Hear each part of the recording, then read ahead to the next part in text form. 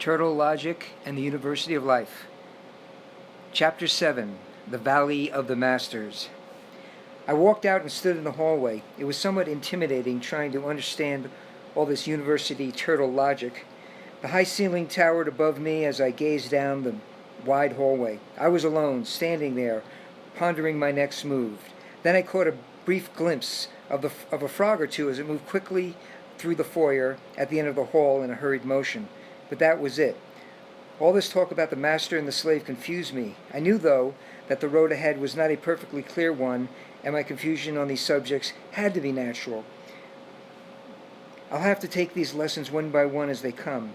So there I was, standing in the massive hall of the great Gothic building with red felt carpeted walls and bright crystal chandeliers. Where do I go next? I thought to myself, standing there somewhat introspectively in the silence of the great hall. Then, out of nowhere, appeared the eagle, the large, ominous bird that confronted me in the window a few days before at Alfred's castle of Boundaries. This was the same eagle that had followed the turtle and I all the way here from the mountain that held the three doors. There he hovered in the hallway, flapping his powerful wings, looking into my eyes as he grabbed my soul through the air. I fell back, stunned at its sudden appearance, with the wind created by its wide, flapping wings pelting my face. This great bird just hovered there, stationary in the air, looking deep into my terrified eyes. "Validate the shit out of them," he said to me. I looked at him. I didn't know what he meant. "Validate the shit out of them," he said again. The eagle's eyes grew tighter. His claws leaned in as if to stabilize his great weight held there in the air. And once again he said those words in his powerful, deep voice. "Validate the shit out of them." The bird then turned, took a brief glance at me sitting on the floor, and flew off. I sat stunned for the moment, then something made me get up. I rose and ran down the hall after the great bird. He had to be in the building, and something inside just made me follow. So around the corner I ran, and there he was, hovering once again at the far end of the long hallway. He hovered there, peering down at me, making contact with something deep inside my soul. I could feel his strength all the way down the hall. "Validate the shit out of him," he said once more, and flew off. I ran after him as he disappeared around the next corner, and then the next. Finally, as I almost caught up to the great bird, he took off outside a side door and into the darkness of a thick, overgrown garden. I ran out. He couldn't have gone far, I thought to myself. I just wanted to see where he was going. Then I hit the darkness of the foliage. It was almost pitch black. The trees hung low and heavy over the narrowing path filled with deep black leaves dripping with moisture. Massive vines wrapped around tree trunks and dense, compact brush pushed in from all sides. I forged on through the best I could. The darkness grew deeper and deeper, but I felt there must be a way through to the other side, to the light, so I continued on. Then it happened. I fell. It was a ditch or a hole of some sort that I stumbled into. I fell violently downward, tumbling over and over through rocks and dirt. I tried to grab onto something solid as I dropped, but the incline was too steep. I just kept rolling over and over, smashing through everything in my way. Finally, after a long, tortuous slide, I came to a stop. It was a strange world I found myself in. A dark, cloudless sky with gray and black shadows filled the landscape. Tree trunks with no leaves sparsely covered the terrain, and large, sharp rocks and gravel, mud and dirt covered the ground. It was a scary place. I got up slowly, brushed off the dirt and small pebbles that had embedded themselves in my clothes, brushed back the hair from my face, and looked around. Where was I? There was no sun. Light seemed to hover just above the level that enabled you to see. This shade of blackness was unusual. It was black as far as the eye could see, yet all the detail of this world still stood visible. I was on the side of some tall mountain. There was no way back up. My entrance was steep and rocky and much too high for me to consider retracing, so I looked around. I was in a valley of some kind. Mountains and hills grew up from each side with giant rock outcroppings folding into a sea of gravel and debris. I looked up, and there he was. The eagle flew above me. High above in the gray filtered light that faded the sky. Circling around he went, floating on the slow breeze that flowed like a river down the valley. He was my only link back out. He was the only thing I knew at that moment that had any connection back to the university, so I attempted to follow. The eagle slowly floated down the valley. He flew up high and used the upward flow of warm air off the ground to keep himself far above the fray of this dark land. He just continued on, gliding in circles with a slow, silent slide forward. My predicament was quite real to me, though. I was concerned as to where I was. The warm, calm world of the university was somewhere else far away, and I didn't have a clue as to where that somewhere else might be. I was lost with only the distant gliding presence of the eagle to help guide my way. Then, after a while of walking, I came upon a sign. It was an old wooden sign, stained in black and brown with mud, scratched and tattered with wide splintered holes and chipping paint. It stood about 5 feet tall and 6 feet wide, with 2-tiered wooden posts supporting it on each side. And there it stood, rotting through years of neglect. Printed on it in black folded letters were the words, "Valley of the Masters." I stood there, looking at a moment, with the eagle circling high in the distance. "Valley of the Masters," I said to myself. This can't be good.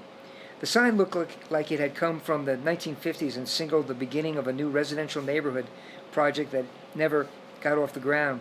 It was a neighborhood that was never built, with this tattered sign standing alone in the middle of nowhere, the only residue of its existence. There was a stick on the ground, a good walking stick, I thought to myself, so I picked it up, took a firm grip, and continued my trek to follow the bird. I walked on for quite a while. Sooner or later, I thought, I must come across some sign of life. There was that sign, after all. Someone put it there. That old forgotten real estate sign announcing to the world the coming of a new development that was never built. Then I saw them.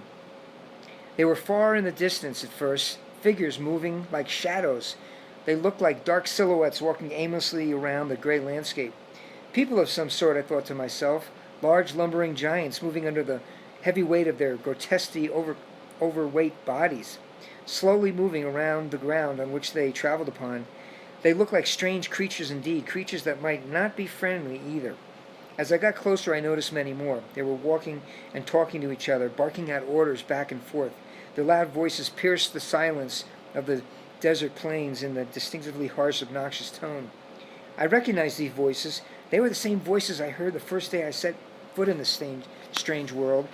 They were the terrifying voices of those creatures that were chasing me through the forest canyons in the moments just before I came upon the turtle.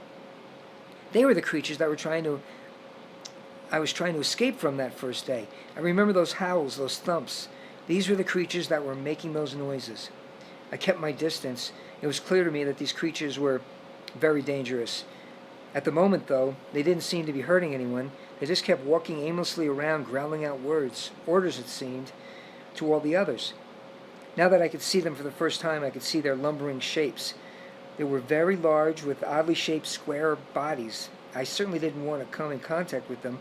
It was a frightening bunch, aimlessly walking to and fro, barking out with those piercing voices. I positioned myself behind the large rock outcroppings that littered the landscape as I continued to make my way down the valley. The eagle hung there in the dim light of the gray sky as if waiting for me to catch up. The beasts continued to grow in numbers. At first they were few, but now, as I made my way forward, they had grown into large contingents, milling within themselves with the constant sound of their droning voices always present to my ear. Annoying, wailing cries for attention, it seemed, that filled the air with these brutes spewing out orders to one another. Then one of them glanced my way. I was just trying to keep up with the eagle, trying to get past the large rocks without being seen, but one did see me and gave out a loud wail, and all the others followed suit. They all started screaming in the air, letting out these loud bellows of words. I could hardly make out what they were saying from where I stood, but I knew it didn't sound good. Then, in a sudden rush, they all turned and ran towards me. I was absolutely terrified. A flash of terror ran through my veins, and I ran. The darkness filled the landscape as I raised my head and started to run as fast as I could. The terrain was tough to maneuver, with jagged rocks and slippery gravel sliding under my feet with every stride I would take. It was no use. The monsters were gaining ground, and they were going to catch me, that was clear. It was only a matter of seconds before I would be tackled and devoured by them. Terror ran through my thoughts, absolute terror. Then I saw him. The dark silhouette of a hunched-back furry creature darted out before me in the darkness as I slipped over the rocky landscape. It was the fox, Bill Kaywood, the fox. "This way," he motioned with a quick hand. "Follow me this way." Then, with a grab of my jacket, he pulled me into the crevice of the rock, and the two of us ran down a narrow canyon. Before I knew I was Before I knew what was happening, the fox pushed me forcefully through a small wooden doorway, and we tumbled together onto the floor of a dimly lit room. I lay there for a moment as the fox rose onto his hind legs and dusted off the dirt that had attached itself to him in the fall. "What are you doing here?" the fox spoke. "I don't know. I was following the eagle. I slipped down a cliff." "You were following the eagle? That was your first mistake. The eagle thinks he knows where to guide you, but he should never have guided you here. No, not yet. No. Not yet." I looked around the room. It was quiet. The sounds of the beasts that chased me had receded back into the distance and were gone. It was just the fox and I in this room. There was one window and a dresser and a bed. Nothing fancy here. It looked like an average bedroom of an aging man. Some books, but not many. A video game console, a computer, some clothes neatly tucked on a chair by the window, and an old black and white RCA TV set perched on a night table to one side. "Where are we?" I asked. "This is my room," the fox replied. "This is where I live." I took a seat on the wooden dining chair and sat in the corner of the room and caught my breath. "So where am I? What is this place?" "This is the valley," replied the fox. "This is the Valley of the Masters." "What is the Valley of the Masters?" I said. "This is where we all end up once we travel through door number 2, said the fox. "And you live here? Why do you live here?" "Because I do," the fox blurted out. "Because I know how to survive here. Because I know how to run fast and close the door behind me. That's why." I paused for a moment. I didn't want to upset the fox, but I was still confused. Here I was in this dimly dark room talking to an old fox with an army of blue monsters looking outside the canyon somewhere. I felt sick inside. "So how do I get back to the university?" I asked. "You walk," said the fox. "You walk until you find the 3 doors and you pick one. That's how you get anywhere around here." "Where are the doors?" I asked. "Where do I go to find them?" "Just keep walking," said the fox. "Eventually you will come to them. We always do, you know. But you are in the valley now. You are in the valley that exists behind door number 2. The masters are in control here. The masters and the slave, of course." "And you live here? You live in just this room? Just you? No family? No wife?" The fox stood up again, agitated like before. "I don't take wives," the fox growled vigorously at me. "I take prisoners." I grabbed the edge of the chair and leaned back in an attempt to put a little distance between me and the fox. "My living here is no concern of yours," continued the fox. "The question you should be asking is, how do you get yourself out of here? The eagle, with all his wisdom, should have known not to come here with you, following like you were. He tends to push those he is guiding too fast. It is his way of shocking you into learning the skills, but you have only limited skills right now. You are not ready for this place." "So what do I do?" I said. "What do I have to do to get back to the university?" "This is an interesting problem," said the fox, "and I'll be very interested to hear how you solve it." There was silence in the room. Bill reached over and turned on his little TV set in the corner. Just fuzz came out. Just static and fuzz. "I like this channel, but it doesn't come in that good anymore. I want a new TV, one that comes in better and has color." That's my problem." Bill then looked back at me. "Like I said, you will need to find the 3 doors and take either door number 1 or door number 3. Those are your choices right now. Or you can stay here. That's another choice. I don't recommend it, but it is an option." The fox then got up from his wooden chair and walked over to the door. He reached up and pulled back on the tiny curtain that covered the small glass window. "They are gone now," he said. "Go, follow the eagle. This is between you and him anyway. The eagle will guide you to where you need to go, and if you're lucky, you may make it there." Bill then walked over to a little jar in his nightstand and pulled out a black disc. It was kind of like a rock, but it was shaped more like a disc. "Here," he said as he dropped the black disc in my palm. "Take this. It is a timeout. I only have this one to spare. If the masters catch up to you, then throw this at them. It will stun them for a moment. It will give you time to get away. I always carry these with me. They are an important weapon in here. Use it on your journey. I wish I had more, but I'm limited to just a few, and I need them for myself." The fox then opened the door. "Stay on the edges and keep to the rocks," he said. "Head up the valley. When you see the eagle, follow him. As long as you see the eagle, you are headed in the right direction." I then left the relative safety of the small room and walked out into the luminescent landscape of the Valley of the Masters. There I carefully worked my way back to the edge of the canyon, where I caught sight once again of the eagle flying overhead. Looking out in the valley, I saw no signs of the Masters. There was no noise except that which came from the steady breeze that flowed past the ledge where I stood, so I walked out. Following the eagle, my goal was to move gracefully and carefully through the air in the dim light that transcended this spooky land. It was like a black light had plugged in and the illuminating everything with a dark, deep glow, silhouetting the shadows as if they were places of the most light. It was about 2 hours later when I saw those creatures once again. They were mingling across the valley floor. It was odd to see how they reacted to each other, like they were robots pushing each other in circles and howling out commands at each other over and over again. The expressions on their faces were always the same, one of stunned amazement that none of the others were doing what they had commanded. How interesting, I thought to myself as I ran silently from one rock outcropping to the next.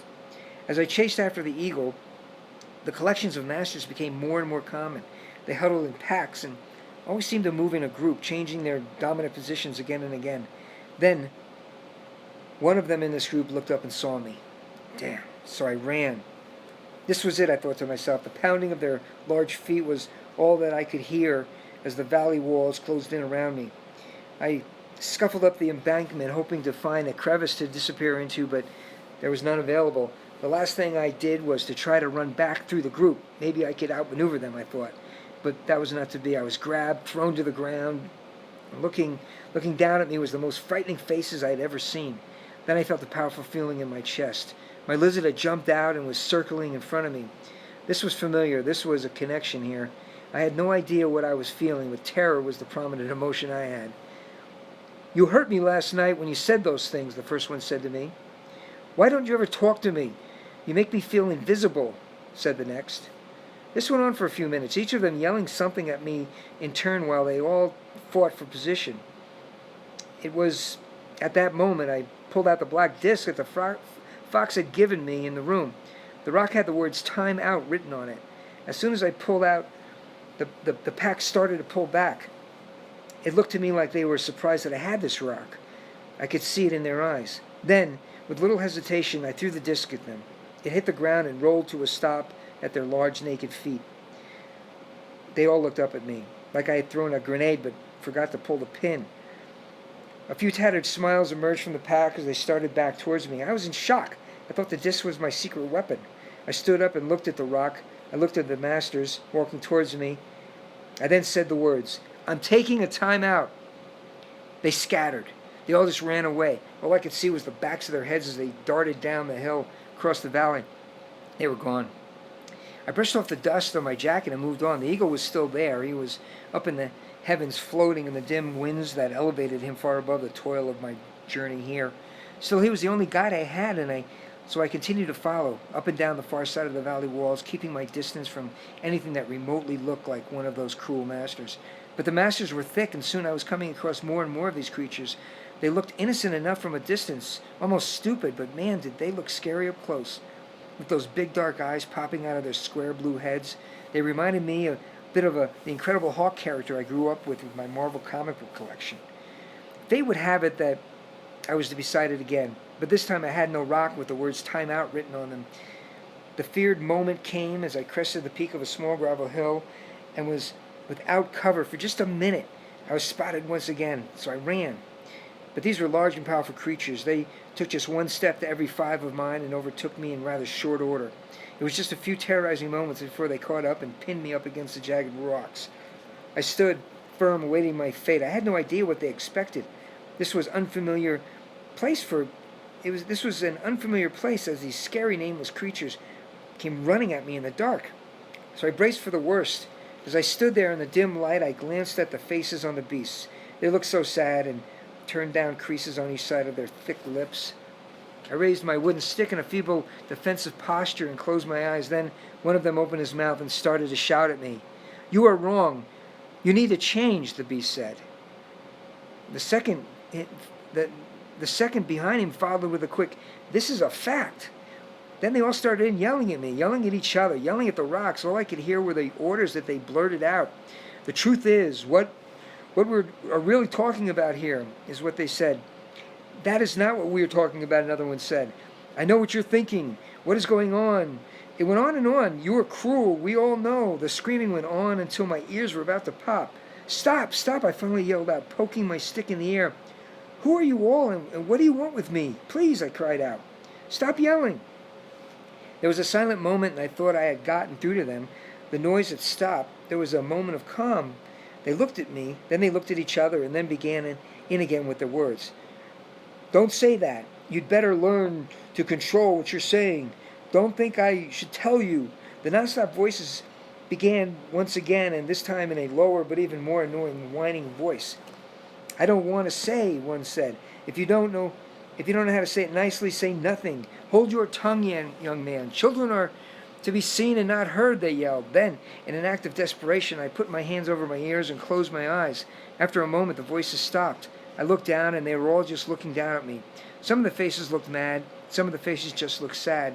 They slowly took my hand down. I slowly took my hand down and stood as tall as I could. They backed up a bit, letting my energy grow as my determination to be seen became evident to them. My lizard, by the way, was still out and on guard on my shoulder. Who are you? I said. The one closest to me looked into my eyes. He was clearly disturbed at something. I am a master, he said. Another from the back said the same thing. I am a master, too. Then another said, You are not. You are a passive master. Then the other ones turned on him and yelled out, No, you are not. You are a master. Then it all started in again, back and forth. Went yells, You are a master. No, you are a passive master. On and on and on and on until I closed my eyes and put my hands over my ears once again. Then after a few moments, it all stopped once more. Okay, please, please, I said to the group. I'm just trying to get back to the University of Life. Does anyone here know how to get back to the University of Life? Can any one of you help me? Can anyone show me the way? I thought I was getting through to them. I had a feeling they might have stopped their verbal onslaught just for a moment to help this lost and weary traveler. The University of Life, one said to the others. The University of Life is bad, came roaring back from the mob. He's from the University of Life, said another. Then they started into their dreadful chorus once again. You are in trouble, I heard one yell. He's not allowed in here, another one spurted out. Then one stepped up from the back, and the others made room as he walked forward. You can only leave here if the slave speaks up and makes it so. Your slave? I asked. Yes, the slave has the power. The slave will reveal to us what to do with you. Before I had a second to think, the pack picked me up. They leaned in, they grabbed my jacket and hoisted me upward into their shoulders. And away we went, with me bouncing back and forth on the top of the crowd, walking in a mass towards this slave they spoke about. You must see the slave, they yelled into the wind. You are in trouble, you are in big trouble, I heard them chanting. All the time the eagle circled above, silently watching my peril as it unfolded. Across the black landscape we went, this mob and I. They dragged me along like a fresh kill in the forest. Cannibals possibly, my tattered mind ventured to think. Miserable thought it was as I mulled over my impending fate. Out along the barren valley we went, hoisted as I was on the shoulders of these strange creatures. Part of them was clearly human, but the other part was of unknown origin to me. They were large creatures with their hair and to their shoulders and thick, massive arms. They were clothed in varied styles, from blue denim shirts to sleek black jackets and trousers. Finally, as the valley floor fanned out into a larger plane of flatness, we stopped. The group bellowed between themselves, and we continued into a large cave. It was the last cave in the last mountain. Out beyond the blackness of the flat desert, I could just barely make out the faded silhouette of a tall mountain range. Beyond the tallest of the peaks, there was a light. It was sheltered and hidden slightly, but it was there, a light of many colors, tucked into the canyon, streaming upwards towards the heavens above. It was the only thing of color anywhere in the dark valley. My mind ventured to wander towards this dim glow. What was it, I thought to myself. Then, in a sudden jolt back to reality, my hope was broken as the group dropped me like a rock onto the valley floor. One of the beasts grabbed me by the collar and dragged me forward into the cave. Once inside, they placed me on the ground to walk for myself. It was dark, but not so dark that you could not see. Finally, we came to a door. It was a large wooden door with an old beat-up frame and mold with mold growing in its deeply aged crevices. It opened and we all walked through like a grunting mob of backwoods brutes coming back from the big hunt. There, in the shadows of the inner recesses of this large cavern, sat the slave they spoke of. It was a figure, a person, I thought. I could barely make it out in the dim light. But it was someone, a human of sorts. She sat there, he sat there. I couldn't even tell what sex it was. To me, it had the presence of a female. She said nothing, just sat there looking down at the floor, covered with a white robe and hood. Above the large wooden chair, hung on a spike protruding from the rock wall, was a sign. It read, "Here sits the slave."